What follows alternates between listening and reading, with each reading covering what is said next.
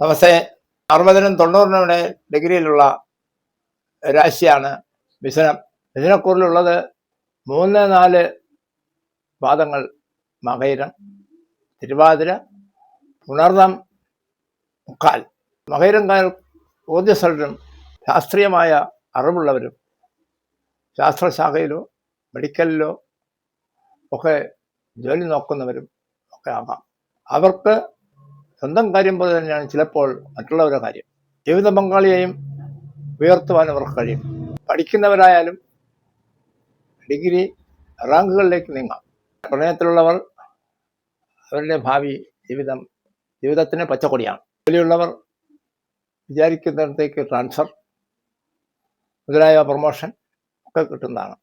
പുതിയ ടെസ്റ്റുകൾ വല്ലതും എഴുതിയാൽ പ്രൊമോഷൻ കിട്ടുകയാണെങ്കിൽ അതിന് തയ്യാറാക്കാനും മടിക്കാത്തവരാണ്, കഴിയുന്നവരാണ്. PhD പോലുള്ള ഡിഗ്രി എടുക്കാനും കഴിയുന്നവരാണ് ഇവർ. ഡിഗ്രിക്ക് വേണ്ടി അലയുന്നവരാണ്. സ്ഥാപിതമായ കാര്യങ്ങളെ തള്ളിക്കളയുന്നവരല്ല.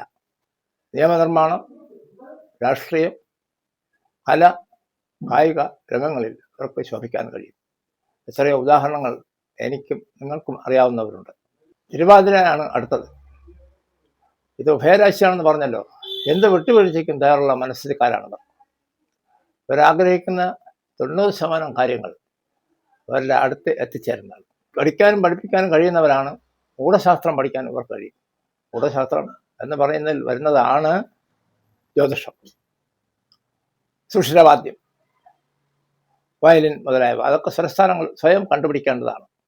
ആ തരത്തിൽ മികച്ച കഴിവുകൾ സ്വന്തം നാട്ടിലും അന്യരാജ്യത്തും കലയിലൂടെ, കായിക രംഗത്തിലൂടെ, കഥയെഴുത്തിലൂടെ, പ്രസംഗത്തിലൂടെ, അന്യ നാട്ടിൽ പോലും അവർക്ക് വ്യക്തിമുദ്ര പതിപ്പിക്കാൻ കഴിയുന്നവരാണ്. കാണുന്നതും കേൾക്കുന്നതും എഴുതി വയ്ക്കുക, പുസ്തക രൂപത്തിലാക്കുക, മാസികകളിൽ പ്രചരിപ്പിക്കുക, ഇതൊക്കെ അവരെ കൊണ്ട് കഴിയുന്നതാണ്. അതിലവർ സൽപ്പേര് നേടും. അത്തരത്തിലുള്ള വ്യക്തികളാണവർ.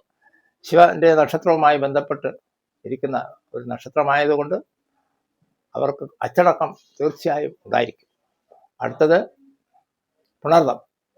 1, 2, 3 പാദങ്ങളാണ്. ഇത് ദേവഗണമാണ്.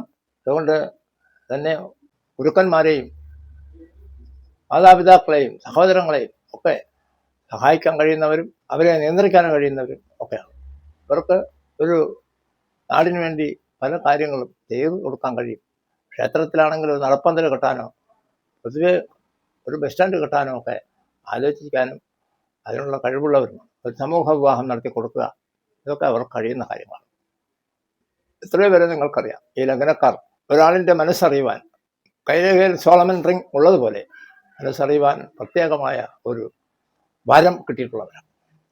ഇവരുടെയും ഇഷ്ടവിവാഹം വളരെയേറെ ഈസിയായി നടക്കും. നാട്ടുകാരും വീട്ടുകാരും അംഗീകരിക്കും. നേതൃനിരയിലുള്ള പലരും പുണർന്നം നക്ഷത്രക്കാരാണ്. അവർക്ക് ഏത് കാര്യം നടത്താനും മുന്നോട്ട് പോകാം. ഇപ്പോൾ മാത്രം പറയുന്ന ഒരു കാര്യം, വ്യാഴം 2-ലാണ് വരാൻ പോകുന്നത്, കർക്കിടകം. അപ്പോൾ 2-ൽ വരുന്ന വ്യാഴൻ മുഖാന്തരം ഈ മിഥുന രാശിയിലുള്ളവർക്ക് ധനവരവ് ഉണ്ടാകും, സംശയം വേണ്ട. രോഗങ്ങളുണ്ടാകും, പക്ഷേ ക്ഷണനേരം കൊണ്ട് ട്രീറ്റ്മെൻറ്റ് ചെയ്യാം. അത് രോഗശമനം ഉണ്ടാകും, ഒരു സംശയം വേണ്ട. എൻ്റെ ജ്യോതിഷാലയം അരിക്കകം ചാമുണ്ഡി ക്ഷേത്രത്തിനടുത്താണ്. എനിക്കും നിങ്ങൾക്കും ദേവിയുടെ അനുഗ്രഹം ഉണ്ടാകട്ടെ എന്ന് പ്രാർത്ഥിക്കുന്നു.